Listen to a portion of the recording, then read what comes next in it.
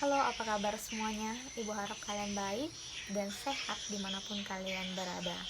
Baik, hari ini Ibu akan menjelaskan bab selanjutnya, yaitu tentang Kingdom Animalia, dimana sebelumnya kita sudah mempelajari 4 kingdom. Ada yang masih ingat? Oke, yang pertama ada Kingdom Monera, kedua Protista, ketiga Fungi, kemudian yang keempat yang terakhir kita pelajari kemarin adalah tentang Kingdom Plantae. Dan yang hari ini akan kita pelajari yaitu tentang Kingdom Animalia. Oke, di bab ini akan kita bahas itu ada 3 poin, yaitu yang pertama ciri-ciri umum dari Kingdom Animalia itu sendiri. Kemudian yang bagian kedua itu ada klasifikasi hewan, dimana klasifikasi hewan ini dia terbagi menjadi dua, yaitu ada invertebrata dan juga vertebrata yang akan dijelaskan lebih lanjut nanti. Kemudian yang bagian ketiga itu ada peranannya bagi kehidupan, peranan dari invertebrata dan juga vertebrata. Nah, sebelum kita masuk ke dalam materinya, Ibu tanya dulu, apa kalian sudah pernah mempelajari tentang Kingdom Animalia sebelumnya? Ada yang tahu apa itu Kingdom Animalia? Oke, semua jenis hewan yang ada di muka bumi ini itu dia masuk ke dalam Kingdom Animalia. Sekarang kita masuk ke poin yang pertama, yaitu tentang ciri-ciri umum dari Kingdom Animalia itu. Yang pertama, dia bersifat multiseluler, artinya dia itu terdiri atas banyak sel. Nah, kemudian yang kedua, dia masuk ke dalam sel eukariotik. Maksudnya eukariotik, dia dilapisi oleh yang namanya membran sel atau membran inti.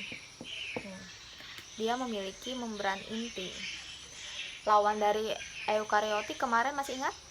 Oke, prokariotik. Kemudian ciri yang ketiga, dia bersifat heterotrof. Apa kemarin heterotrof? Oke, dia tidak dapat membuat makanannya sendiri atau dia itu bergantung dengan lingkungan sekitarnya, di mana dia dapat makan itu dari lingkungan sekitarnya. Nah, makanya dia disebut dengan heterotrof. Kemudian yang keempat, karena dia perlu cari makan, makanya dia itu harus bergerak aktif. Nah, kemudian di bagian yang kelima, dia tidak memiliki yang namanya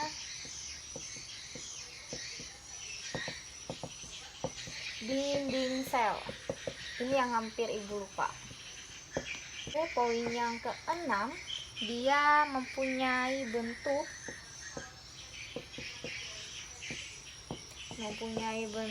tubuh yang bervariasi. Kemudian yang terakhir, dia reproduksinya secara seksual dan juga aseksual. Oke, ini adalah ciri-ciri dari Kingdom Animalia dan bisa kalian tambahkan sendiri. Oke, poin kedua yang akan Ibu sampaikan yaitu tentang klasifikasi hewan, dimana klasifikasi hewan ini dia ada yang berdasarkan struktur tubuhnya. Itu terbagi menjadi dua. Yang pertama itu adalah berdasarkan simetri tubuhnya. Berdasarkan simetri tubuh ini dia terdiri lagi menjadi 3. Itu ada asimetri, kemudian yang kedua radial, dan yang bagian ketiga itu ada bilateral. Nah, yang asimetri A, berarti kalau sudah ada asimetri dan ada juga simetri kan. Kalau ini misalkan ada huruf A di depannya atau asimetri, berarti dia tidak simetri atau dia tidak memiliki simetri tubuh. Itu contohnya yang masuk ke dalam Porifera.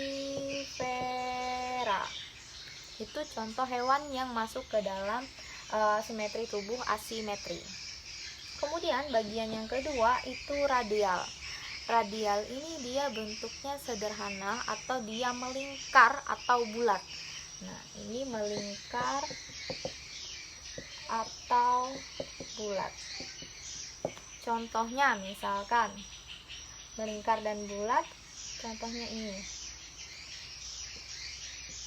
Yang masuk ke dalam simetri radial, kalau misalkan kita ada suatu hewan, kita bagi menjadi 2 ataupun berapa, ini ada 2, 3, 4, 5, dia akan memiliki bagian yang sama dengan misalkan ini bagian 1 sama bagian 2. Bagian 1 sama bagian 2 ini sama. Begitu juga dengan bagian ketiga, bagian keempat, 5, 6, 7 sama 8. Ini sama. Contohnya kayak pizza ya. Misalkan pizza di bagian 1 sini ada sosisnya, di bagian 2 ada juga sosisnya. Nah, contohnya juga misalkan di sini ada matanya, di sini juga ada matanya, ada pori-porinya, berarti di sini ada juga pori-porinya. Nah, itu adalah contoh dari radial. Nah, yang bentuknya melingkar atau bulat tadi. Contoh dari hewan yang masuk ke dalam simetri tubuh radial itu ada Coelenterata dan juga Echinodermata. Nah, sekarang ada bagian ketiga, yaitu bilateral. Dia mempunyai sisi atas, katanya di sini sih. Dia punya sisi atas yang disebut dengan dorsal, sisi bawah yang disebut dengan ventral, sisi depan itu disebut dengan anterior, dan sisi belakang disebut dengan posterior. Nah, hewan yang masuk ke dalam simetri tubuh bilateral itu dia misalkan ini ada lingkaran, kita bagi menjadi 2. Nah, misalkan di sini yang awalnya ada mata, kemudian di sini ada pori-pori. Setelah kita bagi 2, yang sebelah sini ada mata, di sini juga ada mata, dan sini juga sama. Tapi dia juga harus kayak terbagi 2, matanya itu terbagi 2, pori-porinya terbagi 2, itu dinamakan bilateral. Nah, yang masuk ke dalam bilateral ini itu adalah, sebentar, ibu lupa yang masuk ke dalam bilateral.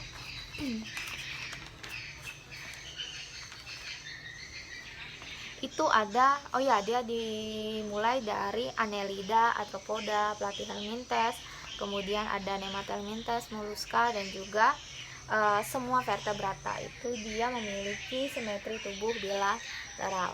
Nah, kemudian tadi ada yang berdasarkan simetri tubuhnya.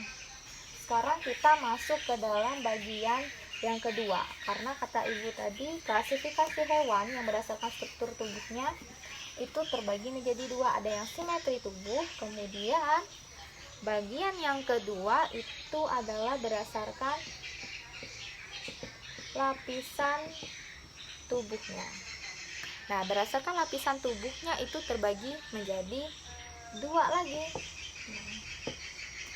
Yang pertama ada diploblastik. Kemudian bagian yang ketiga ada triploblastik. Nah, dilihat dari namanya, bagian depan diawali dengan di, kemudian yang bagian kedua tri. Kalau di berarti dia terdiri atas berapa lapisan?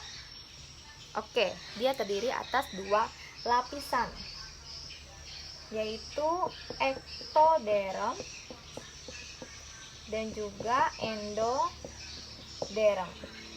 Nah, ektoderm itu bagian luar dan endoderm itu bagian dalam. Begitu juga kalau yang triploblastik berarti dia terdiri atas 3 lapisan. Dia sama, 2 lapisannya itu sama dengan yang diploblastik, ada ektoderm dan juga endoderm. Ektoderm itu sama juga, dia bagian luar dan endoderm itu bagian dalam. Nah, dan di tengah-tengah antara ektoderm sama endoderm itu ada yang namanya mesoderm. Nah, ini yang berdasarkan klasifikasi hewan berdasarkan struktur tubuhnya. Ada dua tadi kan, yaitu yang berdasarkan simetri tubuh dan juga berdasarkan lapisan tubuhnya. Oke, sampai sini ada pertanyaan? Sekarang kalau memang tidak ada pertanyaan, kita masuk ke dalam klasifikasi hewan yang ada dua tadi yang sudah Ibu jelaskan di awal. Klasifikasi hewan pada kingdom Animalia itu ada dua, yaitu ada yang invertebrata dan juga vertebrata. Nah, ya, hewan yang masuk ke dalam invertebrata, itu dia hewan yang tidak punya yang namanya tulang belakang. Sedangkan yang masuk ke dalam vertebrata itu hewannya semuanya mempunyai tulang belakang.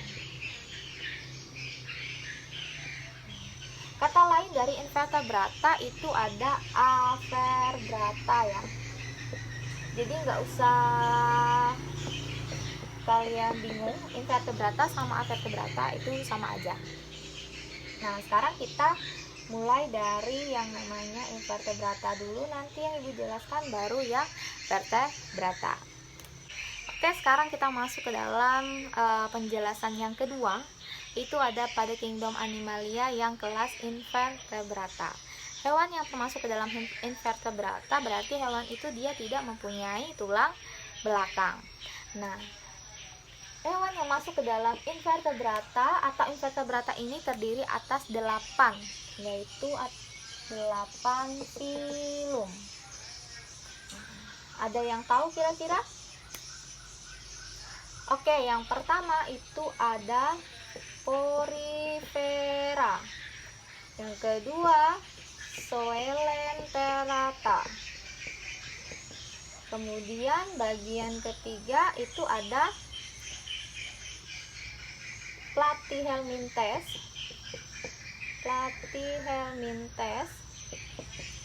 Kemudian bagian keempat Nematoda. Bagian kelima itu ada Annelida. 6 itu ada Arthropoda. 7 itu ada Mollusca. Dan juga yang ke-8 yang terakhir itu ada Echinodermata.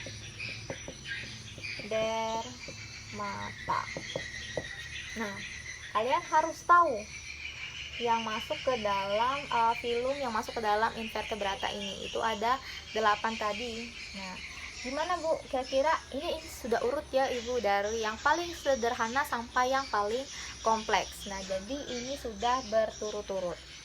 Nah, ada Porifera, Coelenterata, Platyhelminthes, Nematoda, Annelida, Arthropoda, Mollusca, dan juga Echinodermata. Gimana Bu cara ingatnya biar gampang?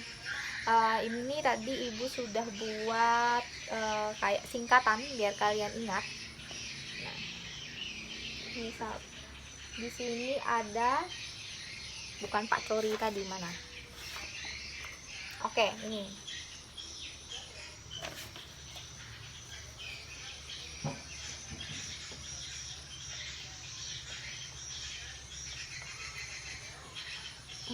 Pak Cori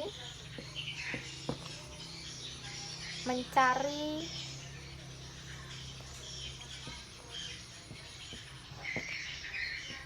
plat nama motornya, jangan plat nama yang diambil aneh, artis yang moleh. Nah, ini adalah singkatannya. Berarti yang huruf besar awalannya itu adalah singkatan dari ini, 8 filum. Ada po berarti ada porifera, cori, berarti coelenterata, mencari platyhelminthes, nematoda 6. Kemudian yang diambil ane adalah Annelida, art berarti arthropoda, yang mollusca, dan nya atau ecinya adalah Echinodermata. Empok cori mencari plat nama yang diambil ane, artis yang moleh. Nah, itu adalah singkatan untuk kita menghafal dari 8 filum yang masuk ke dalam invertebrata. Oke, sekarang kita masuk ke penjelasan yang selanjutnya, yaitu filum-filum yang ada pada kelas invertebrata tadi. Nah, di situ ada filum porifera yang pertama. Ini udah kalian lihat. Porifera dia terdiri atas 2 kata, yaitu ada porus dan juga fere. Ini porus itu artinya lubang, kemudian fere artinya membawa. Jadi porifera itu yang kalian ingat, kalau berlubang berarti dia memiliki yang namanya pori. Nah, ini yang kalian ingat ciri-cirinya dari porifera. Porifera ciri-cirinya dia berpori. Kemudian sesil. Arti dari sesil ini dia maksudnya hidupnya menetap pada dasar perairan, menetap, tidak kesana kemari. Jadi dia berada pada dasar perairan air laut. Nah, karena habitatnya itu dia bisa sebagian besar itu di air laut, tapi sebagian kecilnya ada di air tawar. Nah, kemudian dia memiliki radial. Kalau radial berarti tadi adalah struktur tubuhnya itu atau simetri tubuhnya itu dia yang radial.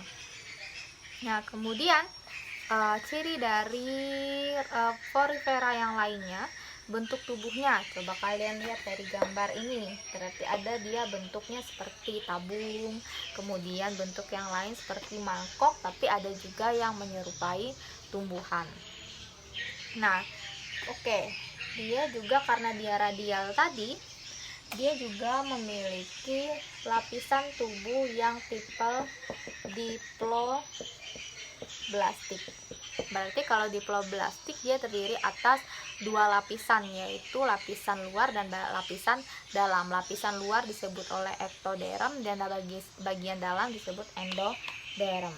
Nah, sekarang kita masuk ke dalam struktur tubuhnya. Struktur tubuh dari si porifera. Di sini itu yang bagian ini dinamakan spongosol. Dan bagian mulutnya ini disebut dengan osculum. Nah, sekarang nanti yang bagian sini itu nanti ada lagi bagiannya. Bisa kalian lihat gambar ini. Ini ada gambar dari struktur tubuh porifera. Ini gambar secara keseluruhannya. Kemudian ini diambil dari bagian sebelah sini. Nah, sudah Ibu bilang tadi yang bagian tengah sini itu disebut dengan spongosol, atau ini merupakan rongga tubuh yang bermuara ini pada ujung sini, bermuara pada osculum. Nah, muaranya ini itu dinamakan osculum. Nah, ini dinamakan spongosol. Nah, di bagian karena porifera ini itu merupakan hewan yang berpori tadi. Ini dia. Ini di bagian sebelah sini itu ada pori-porinya. Dimana nanti lewat pori-porinya ini itu dia air masuk. Nah, ini tempat lewat air masuknya. Nah, kemudian bagian sebelah sini itu kita ambil ini gambar yang diperbesar. Di bagian yang ini itu ada bagian yang namanya spicula. Ini spicula. Kemudian amebosit, ada ostium. Ini ostium atau disebut dengan pori-pori. Kemudian matrix, matrix atau spongin. Kemudian ada yang namanya pinakosit. Ini pinakosit. Pinakosit itu adalah bagian luarnya ini. Yang bagian luarnya itu dinamakan pinakosit. Ini yang spicula, yang ini spikula ini dia merupakan duri-duri yang tersusun atas zat kapur. Nah, kemudian amebosit ini, amebosit yang gambarnya seperti bintang. Ini amebosit itu dia untuk mengangkut sisa-sisa metabolisme dari satu sel ke sel lainnya. Berarti dia mengangkut zat, ya. Ini perlu kalian ingat, dia angkut zat. Ini amebosit. Nah, kemudian ini ada ostium atau disebut dengan pori-pori, matriks atau spongin. Ini spongin ini ya biasanya dia dari protein, tersusun atas protein. Nah, kemudian ini lagi bisa kalian lihat satu yang ini, kita ambil lagi gambarnya. Ini ada yang ini namanya adalah mikrofil nih. Ini mikrofil. Kemudian ini nukleusnya, dan ini ada flagellumnya atau flagellanya. Ini adalah satu struktur koanosit. Apa sih koanosit ini? Nah, koanosit itu adalah lapisan sel-sel yang berleher. Nah, ini ada lehernya maksudnya. Dia bentuknya kayak leher. Makanya itu dinamakan sel-sel berleher. Itu adalah koanosit. Oke, penjelasan selanjutnya itu ada tipe saluran dari air pada porifera. Di situ ada 3 jenis. Di situ ada askonoid, kemudian sikonoid, dan juga leukonoid. Nah, sekarang kita mulai pada askonoid dulu. Ini askonoid, bisa kalian lihat gambarnya itu bentuknya itu paling sederhana di antara ketiga ini. Nah, bentuknya sederhana. Nah, bisa kita lihat dia bentuknya seperti vas bunga atau tabung. Kemudian kita lihat di sini tadi yang namanya spongosol ya. Ini atrium. Atrium ini tadi disebut dengan spongosol. Kemudian ini oskulumnya. Nah, dimana pada askonoid ini yang namanya atriumnya langsung terhubung dengan yang namanya spongosol. Nih pori-porinya tadi. Nih pori-porinya di sini kan. Arah aliran air pori-porinya langsung menuju spongosol. Nah, yang kedua kita lihat lagi. Di situ ada sikonoid. Nah, sikonoid kita lihat lagi cabang-cabangnya. Pori-porinya itu bercabang-cabang. Nah, bisa kalian lihat. Dia lebih ribet daripada si askonoid ini. Kalau askonoid tadi sederhana aja, dia langsung masuk aja ke dalam spongosol. Kalau yang sikonoid dia bercabang-cabang dulu, nih masuk dia, ini bercabang-cabang, tapi dia tetap tujuan akhirnya itu pada spongosol. Nah, tujuan dari pori-porinya ini menuju spongosol. Nah, kemudian melewati yang namanya tadi oskulum. Nah, ini yang sikonoid. Sekarang kita pindah ke leukonoid. Nah, leukonoid ini yang lebih gimana ya? Yang lebih sulit kayaknya dipahami, bukan dipahami, lebih sulit gambarnya. Bisa lihat nih struktur tubuhnya lebih ribet daripada si askonoid, sikonoid. Nah, yang leukonoid kita lihat cabangnya banyak sekali dan belum tentu dia masuk ke dalam spongosol karena dia sudah tidak terhubung ke spongosol. Ini dia cabangnya banyak sekali. Nah, dan dia belum tentu masuk ke spongosol. Sudah tidak, bukan belum tentu lagi, tidak berhubungan dengan spongosol. Ini adalah 3 struktur atau tipe saluran air pada porifera.